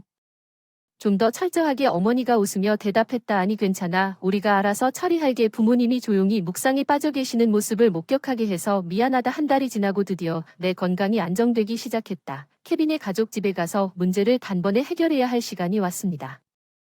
집으로 돌아온 이후로 몇 달 동안 케빈과 연락을 많이 하지 않았고 모너와의 상황이 얼마나 진행되었는지 전혀 몰랐습니다. 논의가 어디로 흘러갈지 전혀 알 수 없었습니다. 입덧으로 인해 부모님 댁에 장기간 머무르게 되어 불편을 끼쳐드려 죄송합니다. 전혀 문제가 되지 않습니다. 이제 몸은 좀 나아졌습니까? 시아버지께서 내 건강을 걱정해 주셨고 케빈과 시어머니는 나에게 거만한 미소를 지어주셨다. 감사합니다. 사실 케빈은 엘리시아의 입덧이 면죄부로서의 부모님의 입덧처럼 우리에게도 괴로운 면죄부 행위였다고 언급했습니다. 케빈이 말했지요. 그렇지 않나요? 엄마 아니 그냥 너무 오래 지속되는 것 같아요. 지금은 나아졌죠? 엘리샤 그렇군요. 시어머니가 급히 대화를 끝내려고 했으니 그럴 필요는 없어요. 시어머니에게 알리시아가 나이가 많아 건강한 아이를 낳지 못할까 봐 걱정하셨죠. 젊은 전 학생과 케빈 사이의 재혼을 주선할 계획인데 이 젊은 모노 양과 어느 정도 논의가 있었나요? 진행해 이게 무슨 소리야. 내 아내가 정말 그렇게 무례한 말을 했다는 거야. 아니 농담이 아니야. 농담 엄마 무슨 소리야. 우리 모나랑 이미 밥 먹었는데 이후로 정말 좋아해. 우리는 집살림과 위자료를 제대로 처리하지 못한 엘리시아와 이혼할 것입니다. 그런 다음 케빈의 말에 바로 모나와 결혼할 것입니다. 모두가 조용해졌고 침묵이 공기를 가득 채웠습니다. 오늘은 나도 모르게 터무니없는 논의가 있었던 것 같습니다. 집에 가세요. 두 분과 제대로 대화를 하도록 하겠습니다. 다시 한번 죄송합니다. 결국 부모님 집으로 돌아가게 되었습니다. 다시는 돌아갈 수 없을 것 같았습니다. 며칠 후 그 집에서 또 놀라운 사실을 아버지로부터 알게 되었습니다. 케빈이 회사로부터 징계 조치를 받았다는 것은 산모 성희롱이었습니다. 그가 소속 부서의 한 여성을 대상으로 산모 성희롱을 저질렀다는 것은 태만하다는 증거입니다. 나 방금 엄마가 말한 걸 말했어. 그게 무슨 문제야. 나도 속으로는 같은 생각인데 공개적으로는 임산부들한테 친절한 척하고 몸 안 좋으면 걱정해주는 거 이해 안 가? 그렇게 생각하더라도 엘리시아에게 큰 소리로 말하면 안 된다는 걸 알았지. 그렇지 케빈에게 왜 그런 말을 한 거야? 왜 이혼으로 이어질 짓을 한 거야? 케빈은 아무것도 이해하지 못하는 것 같아서 내가 안내할 수 있을 거라 생각해서 이혼하려면 모너가 어리니까 내 말을 잘 들어줄 줄 알았는데 그녀는 결국 나를 존경하고 우리와 함께 사는데 동의할 거라고 확신해요. 얼리셔는 너무 고집이 세고 시어머니가 마련한 것 같진 않거든요. 시아버지는 아무것도 모르고 케빈은 게임의 볼모에 불과했습니다. 그 후 케빈에게 끊임없이 연락을 받았습니다. 엄마에게 속았습니다. 그냥 오해를 받았을 뿐입니다. 아무것도 몰랐습니다. 용서해주세요. 이제부터 너와 우리 아기는 소중히 간직할 거야. 아 저번에 내가 나한테 이 아기를 없애라고 했잖아. 이제 돌보기엔 너무 늦지 않았어. 우리 이혼할 거야. 제발 모나랑 행복하게 살아. 우리 이거 돌려받았어. 그리고 여러 번 케빈의 말은 내가 기절할 때 들었던 말을 그냥 지웠고 내 마음에 깊은 상처를 입혔습니다. 그것은 도저히 용서할 수 없는 일이었지만 반면에 모나는 케빈의 결혼 상태를 모르고 있었고 오직 시어머니가 직장에서 문제가 생기지 않도록 보장해주겠다고 제안했기 때문에 그와 저녁 식사를 하기로 동의했습니다. 분명히 그녀는 시어머니를 존경했기 때문에 교사가 된 것이 아니고 시어머니에 대해 특별한 애정을 품지 않았기 때문인 것 같습니다. 시어머니의 조작을 알게 된 그녀는 진심으로 충격을 받고 자신을 무시했습니다. 자신도 모르게 이 모든 일에 끌려 들어간 것이었습니다. 이혼이 어려울까 걱정했는데 시아버지가 개입하셨습니다. 케빈과 시어머니를 꾸짖고 설득하여 이혼을 마무리할 수 있었습니다. 아버지로서 힘든 임신 기간에 케빈이 상처를 준 것을 깊이 후회하며 큰 죄책감을 느낍니다. 아내의 행동에도 미안하고 제대로 지켜보지 못해 큰 불편함을 끼친 것에 대해 진심으로 사과하고 케빈에게 위자료와 양육비를 일시불로 지급하고 케빈에게 분할로 갚을 계획을 세웠던 것 같습니다. 덕분에 원만하게 이혼을 마칠 수 있었습니다. 시아버지, 아기가 태어나면 꼭 놀러 오세요. 그러고 싶지만 일단 보류하세요. 케빈과 아내를 바로잡아야 하고 게다가 제가 몰래 만난다는 걸 알아차리면 감시해야 합니다. 당신이 또 궤도를 벗어날지도 몰라요. 당신이나 내 손자의 일을 더 이상 노출시키고 싶지 않아요. 위험. 케빈은 징계를 받았던 직장에서 사임했습니다. 회사에 머무르는 것이 너무 힘들다고 말했습니다. 다른 일자리를 찾으려고 했습니다. 하지만 아버지의 감시 아래 어머니와 함께 살고 있는 사람을 붙잡는데 어려움을 겪고 있는 것 같고 시어머니, 직장의 문화, 사건에 대한 소문이 퍼지고 모두가 그녀를 이상하게 여기는 것 같습니다. 교직의 세계는 3에서 8년마다 학교 재배치가 급격하게 바뀌는 것 같으니 이 소문이 없어도 소문이 퍼지기 쉬운 것 같습니다. 시어머니는 이미 의심스러운 사람이어서 주변 사람들이 그렇게 할 수도 있다고 생각했습니다. 자신이 존경한다고 생각했던 모나가 실제로는 자신을 싫어했다는 사실을 알고 충격을 받았는지 궁금하다. 예상대로 여자아이를 무사히 낳은 뒤 직장에서 아주 조용해진 것 같다. 케빈은 내 딸을 좀 보게 해달라고 애원했다. 자녀 양육비를 지불하고 있으므로 권리가 있습니다. 공식적으로 답변했습니다. 자녀 양육비와 방문 권리는 별도의 법적 의무이며 교환할 수 없습니다. 이혼 과정에서 귀하가 자녀 양육비를 지불하고 방문권을 갖지 않기로 결정했기 때문에 귀하의 양육비 요청을 거부합니다. 그 후로 연락이 끊겼지만 가끔은 내 감정에 따라 아이의 아버지를 빼앗는 게 맞는 걸까 하는 생각도 든다. 결국 진짜 마스터마인드는 시어머니였고 내가 고백했을 때 케빈은 단지 세뇌된 것일 뿐이었다. 우리 엄마한테는 케빈이 정말 친절한 사람이라고 하더군요. 하지만 그가 당신과 그의 딸에게 가장 친절하다면 그 사람이 누구에게 가장 친절할지 궁금합니다. 케빈이 친절하지만 가장 친절하다고 생각하시나요? 자기한테만 친절하다기보다 자기한테만 친절해서 내가 아프고 자기 인생에 부담이 되었을 때 그 사람은 나에 대한 부정적인 감정이 가득 차서 결국 시어머니의 계획을 따르게 됐다. 그런 사람은 믿을 수 없다. 내가 약하고 도움이 필요할 때 나를 밀어냈다. 딸이 자신의 의견을 가질 수 있는 나이가 되면 만나고 싶은지 물어볼 수도 있지만 그때까지는 딸에게 보여주지 않을 계획이다. 딸 이후로 내 세상은 완전히 바뀌었다. 태어났다. 육아는 정말 재미있지만 너무 힘들다. 육아에 집중하기 위해 잠시 출산 휴가를 쓰고 딸을 어린이집에 맡긴 뒤 직장에 복귀할 예정이다. 출산 휴가 기간 동안 부모님 집에서 살기로 했다. 얼마 지나지 않아 부모님 집 근처에서 딸과 함께 살 수 있는 아파트를 구하려고 하다가 몰래 시아버지께 연락해서 케빈에게 조심스럽게 만나는 것을 알리지도 않고 한 번만 찾아오라고 하고 다정하게 딸을 품에 안아 주었습니다. 도움이 되지 않지만 더 자주 방문할 수 있었으면 좋겠고 그는 내 딸의 사진을 찍지 않았으면 좋겠다고 말했습니다.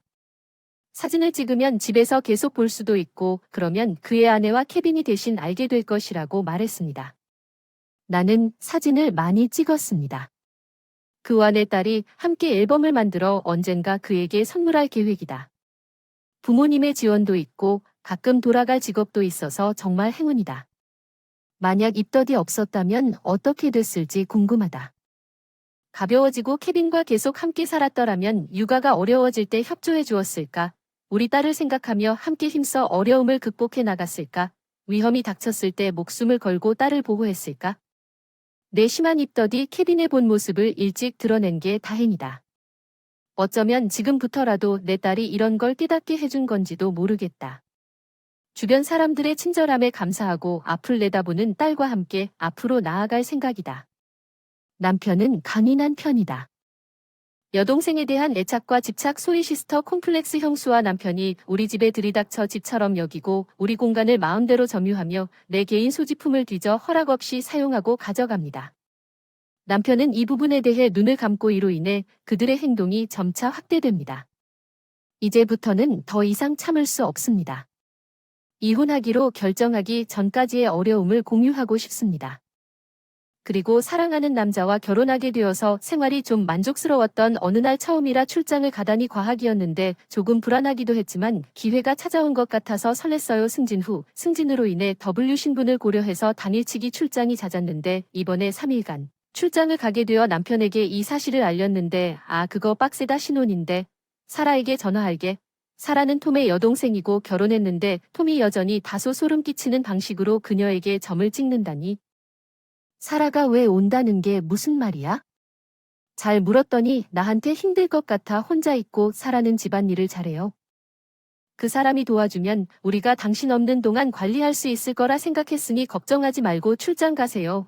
그리고 기념품 챙기는 것도 잊지 마세요. 아니 집안일은 좀 할 수 있을 거예요. 저도 생각은 했지만 개인적으로는 말할 수 없었어요. 사라를 우리 집에 들이는 건 피하고 싶었어요. 그 사람은 결혼 후에도 자주 찾아와 우리 집인 것처럼 행동하다가 갑자기 나타나는 상식 없는 사람이에요. 저를 곤경에 빠뜨리게 될 것이라는 사실을 저에게 알리지 않았지만 그녀는 어느 날 탐과 자주 대화를 나누었던 것 같습니다.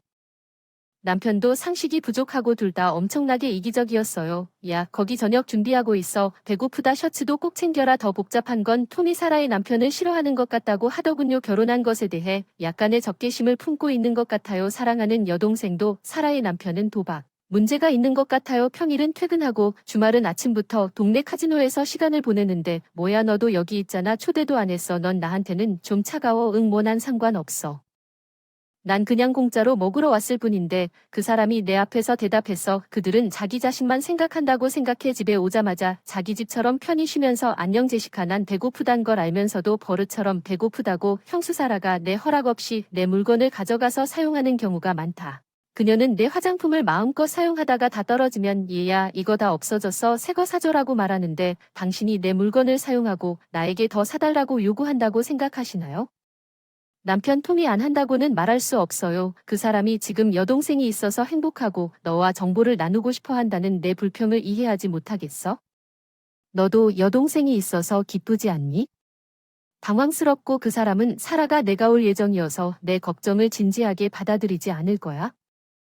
3일 동안 여기에 있지 않고 관리할 수 있을까요? 그날을 위해 식사를 준비할 텐데 톰이 대답하지 않는다. 아니요. 그녀는 와서 기뻐. 남편은 항상 도박에 나간다. 그녀는 외롭다. 질투심이 있거나 우리가 매우 가까운 형제자매라서 필요할 때 서로 도와주기만 하면 그냥 출장을 가거나 걱정하지 마세요. 속으로 소리 지르고 있어요. 질투하지 않아요. 그냥 사라가 우리 집에 있는 걸 원하지 않는 것뿐인데 제가 큰 소리로 말할 수 있는 건 그러니까 아무 말도 없이 출장을 가는데 내 소지품은 어떻게 될까요? 3일간의 출장을 마치고 집에 돌아오면 이 집이 인계될까 두렵습니다. 사라는 집을 돌보겠다고 약속했지만 재난이 닥쳤고 생필품도 채워지지 않고 빈둥거리고 있습니다. 돌아오신 것을 환영합니다. 이제 집에 갈 수 있는 모든 것을 도와주려고 예의를 갖추려고 노력했지만 사라는 내가 묵을 거라 말했어요. 오늘 저녁은 내가 제일 좋아하는 음식을 먹겠다고 하더군요. 무슨 뜻인지 제가 사라에게 물어봤고 오늘 밤에 스시를 주문하기로 했어요. 남편이 너무 기뻐하는 것 같아. 출장에서 돌아오는 날 항상 같이 뭘 먹을지 정한다는 말을 듣고 깜짝 놀랐는데 이번 여행 동안 톰이 나에게 연락 한 번도 없었다는 걸 깨달았다. 톰이 은밀하게 야, 나 방금 출장에서 돌아왔는데 너무 피곤해. 다른 사람 생각하지 않고 쉬고 싶은데 이해해주는데 그냥 훌훌 털어버려도 괜찮아. 너희 둘은 자매 같아. 기분이 급상승해. 그의 무심한 반응에 짜증이 났던 것 같은데 사라는 내가 없는 동안 3일 내내 집에 머물렀던 것 같은데 집은 청소도 안 되어 있고 내가 예상대로 내 방에 들어갔을 때 그녀는 그동안 무엇을 하고 있었는지 궁금하다. 내 화장품과 일부 액세서리까지 값비싼 새 토너가 없어졌습니다. 최근에 구입한 가장 마음에 드는 토너가 너무 빨리 소진되는 것 같아요. 가격이 비싸서 아껴 써왔는데 일부 액세서리가 없어져서 화가 났어요.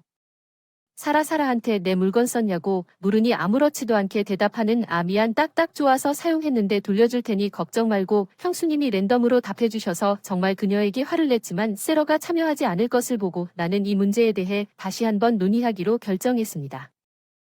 이미 그녀는 빌린 것뿐이에요. 괜찮아요. 당신은 너무 편협한 것 같아요. 왜? 내 여동생을 믿을 수 없는 것 같아요. 변화를 시키려고 지쳐서 받아들일 수 없었지만 어쨌든 잠이 들었어요. 3주 후에 또 다른 출장 제안을 받았고 일주일 동안 남편 톰에게 보고했는데 꽤 오랜 시간이 지나서 일주일 동안 놀랐습니다. 연희한테 다시 집 정리 부탁할 테니까 걱정하지 말고 가세요. 사실은 사라를 우리 집에 더 이상 초대하지 않았으면 좋겠다는 얘기를 하고 싶었어요. 톰은 화를 냈어요. 왜, 그 사람은 우리 가족이 아닌가. 지난번에 내가 사라에게 집안일에 도움을 요청했다고 말했지만 내가 당황해서 돌아왔을 때 아무 일도 일어나지 않았다. 톰은 말 없이 눈을 돌렸다. 너도 알 것 같아. 사라는 항상 허락 없이 내 개인 물건을 빌린다고 했어. 하지만 이때는 절대 돌려주지 않더군요. 톰은 괜찮다고 인정하는 것 같았지만 일주일 동안 빨래를 해줄 사람이 없으면 곤란할 테니 하루만 집에 오게 하고 허락하지 않고 집으로 보내도록 하겠습니다. 숙박은 괜찮으니 빨래 좀 하는 게 어때? 난 한 번도 해본 적이 없어. 어떻게 해야 할지 모르겠어. 그 정도는 가르쳐 줄게. 하니 하루만 그녀를 오게 할게. 톰은 고집스럽게 거절했다. 집안일을 하거나 아니면 그냥 그의 여동생을 초대하고 싶었을 수도 있습니다. 마침내 나는 괜찮다고 말했지만 그녀가 집에 머물지 않도록 하십시오. 뭐야. 내가 예상했던 것보다 집안일이 더 많아서 내가 사라에게 머물라고 했어. 어제도 오늘도 그 사람에겐 너무 과중해서 속으로 생각했어요. 알았어요. 무슨 뜻인지 하루만 하겠다고 약속했어요. 너무 겁내지 마세요. 그 사람은 당신의 형수이고 당신은 그 사람이에요. 출장 가는 사람은? 출장이 무슨 뜻인지 이해하도록 도와줘서 고맙게 생각해야지. 그렇지, 내가 놀러 나가는 건 아니잖아. 넌 항상 내 말은 무시하고 그런 변명만 늘어놓잖아. 톰 계속. 그리고 사라도 이혼한 것 같고 직장도 잃은 것 같고 출장 때문에 집안일을 못할 때도 있을 텐데 괜찮다고 해서 우리 같이 살게 놔둬도 될 것 같았는데 뭐 무슨 소리야. 내가 집안일은 해도 된다고 했는데 왜 나랑 상의도 없이 결정을 하는 거야. 매일도 아니고 여기 너희 집도 아니잖아. 어서. 힘들 때 서로 도와야지. 미안할 것 같아. 그 사람한테도 무슨 생각을 하는 거야. 우리의 약속을 어기고 그런 일을 스스로 결정하다니. 남편에게 그런 말을 하는 게 얼마나 잔인할지 믿을 수가 없어. 잠시뿐일 뿐이라고. 사라도 살 곳을 찾을 거라고 해서 가능한 한 빨리 일자리를 구하고 어쨌든 여분의 방이 있지만 세러는 이미 아파트를 포기했고 게다가 그녀는 그 남자와 함께 살았던 집에서 살고 싶지 않습니다. 그 순간 남편 톰이 나한테 연락해서 어서 재수 문제를 해결할 필요는 없어. 내 여동생이 곤경에 처해 있어. 이제 그녀를 무시할 수가 없어. 이제 좀 진정됐으니 그녀가 도움을 제공하고 있다고 생각해봐. 집안일 나쁜 건 아니지. 우리가 한 약속 기억나니? 그리고 내 여동생 사라가 솔직하게 말하는 걸 믿을 수가 없어. 내가 그 여자와 함께 사는 것을 그렇게 반대한다면 도대체 무슨 말을 하는 거야? 너 떠나면 정말 괜찮아. 내가 할게 전혀. 상관없지만 후회하면 나한테 울지마. 톰은 통화 후 화가 나서 전화를 끊었어. 내 마음이 느껴져서. 톰은 너무 빨리 식어버렸어. 그 사람이 나에게 너무 많은 고통을 안겨주고 지금은 나를 쫓아내고 있지만 그 사람이 후회하게 해줄게. 내가 계획을 세우고 필요한 물품을 모으기 시작하고 나서 바로 예상대로 작전이 시작돼서 톰한테서 전화가 왔어. 오늘 아침에 갑자기 내 말 좀 들어봐. 존이 우리 집에 나타났어. 톰이 문장이 여기저기서 당황한 것 같아서 아내 동생은 여기. 존 내 동생은 하우스 투어에 능숙했습니다. 제가 의도적으로 집에 오도록 초대했습니다. 저도 탐의 부모님과 이야기를 나누고 세러를 원래 집으로 돌려보내도록 했습니다. 세러가 부모님 집으로 돌아갔기 때문입니다. 이제 탐과 내 형제만 탐이 있던 집에 있습니다. 당황하며 이거 너무 이상하다며 왜 내 허락도 없이 불러온 거야. 나 없으면 힘들 것 같아서. 존이 집안일 잘해서 너한테 도움이 될 것 같아서 전화했어. 톰 갑자기. 누가 갑자기 하면 나도 힘들어와서 집안일을 시작합니다. 나는 내 집에서 최선을 다해야 합니다. 세러가 나에게 왜 정확히 같은 일을 했는지 적어도 내가 거절했다면 거절했을 것이라고 미리 말해줄 수 있었을 것입니다. 세러가 다가오고 있었습니다. 탐은 죄책감을 느끼며 침묵했습니다. 내가 똑같은 일을 할 때 당신에게는 모든 것이 괜찮을 것이라고 기대하는 것이 얼마나 이기적입니까? 그리고 응답할 수 없었지만 이건 전혀 아니었습니다. 진짜 복수가 이제 막 시작됐으니 존에게 집안일에 대해 물어보면 되는 상황이죠. 안녕. 톰이 응답하기 전에 전화를 끊었어요. 다음 날 예정대로 동생에게 복수의 이막을 킥스타트하는 걸 도와달라고 부탁했어요. 남편이 바로 전화했어요. 제시카 도움이 필요해요. 무슨 일이냐고 애원하는 목소리에 눈물이 핑 돌았어요. 무슨 일이 있었나요? 가짜 순진이 틀렸어. 다 틀렸어. 내 동생이 양복부터 가방까지 묻지도 않고 내 물건을 사용하고 있어. 방금 산 새 장신구까지 난 아직 한 번도 써본 적 없는데 누나도 해도 괜찮다고 했잖아. 그렇지? 내가 불평했을 때 그 사람이 내 동생이라고. 빌려줬던 거 기억나? 너무 인색하지 마. 정말 내 이기심이 놀라워서 그 사람은 반박도 못하고 침묵을 지켰어. 나도 내 부모님께도 이 사실을 알렸어. 내 여동생이 귀를 기울이고 있을 거라 장담해. 지금 당장 그녀는 마땅한 것을 얻었습니다. 유일한 위로는 내 시댁이 합리적이었다는 것입니다. 당신이 우리 부모님을 이런 일에 끌어들였다는 것입니다. 감히 당신이 내 말을 듣지 않는 사람이군요. 남편은 내가 그럴 거라고는 상상도 하지 못해서 당황했습니다. 심지어 그의 부모님까지 연루시키려고 한동안 연락하지 말라고 했고 몇 시간 뒤에는 동의했다고 남편에게 들어가자마자 바로 시댁 형수들과 함께 집으로 돌아왔습니다. 너 드디어 돌아왔다고 투덜대기 시작했어. 너 때문에 힘들었어. 후회는커녕 무시하고 나한테 화를 내서 남편과 형수가 나오자마자 거실에 모두 모아 영상을 보여줘서 보니까 말문이 막혔는데 이게 대체 왜 두 사람 다 영상으로 나오는지 놀랍지도 않네요. 그 영상은 제가 출장 버스 여행을 떠나기 전에 설치한 몰래카메라에서 나온 것이었습니다. 저는 그들의 악행을 몰래 녹화했습니다. 영상 속에는 형수가 내 물건을 샅샅이 뒤져가며 허락 없이 가져가는 모습이 나오더군요. 미안하지만 믿을 수가 없어서 출장 전에 녹화했습니다. 무슨 짓을 한 겁니까? 맨날 이러는 건가요? 시아버지가 영상 보고 분노 폭발한 범죄. 그 나이에 옳고 그름도 분간 못하시나 부끄러워서 시어머니마저도 얼굴이 빨개지고 눈물이 날 지경이었습니다. 그리고 그것으로 내 복수는 끝났습니다. 바로 남편에게 이혼 서류를 던졌습니다. 잠깐만요. 이것 때문에 이혼하고 싶다고 말하는 겁니까? 이게 일종의 농담인가요? 이게 농담이라고 생각하시나요? 이 작은 일이 얼마나 큰 의미인지 아시나요?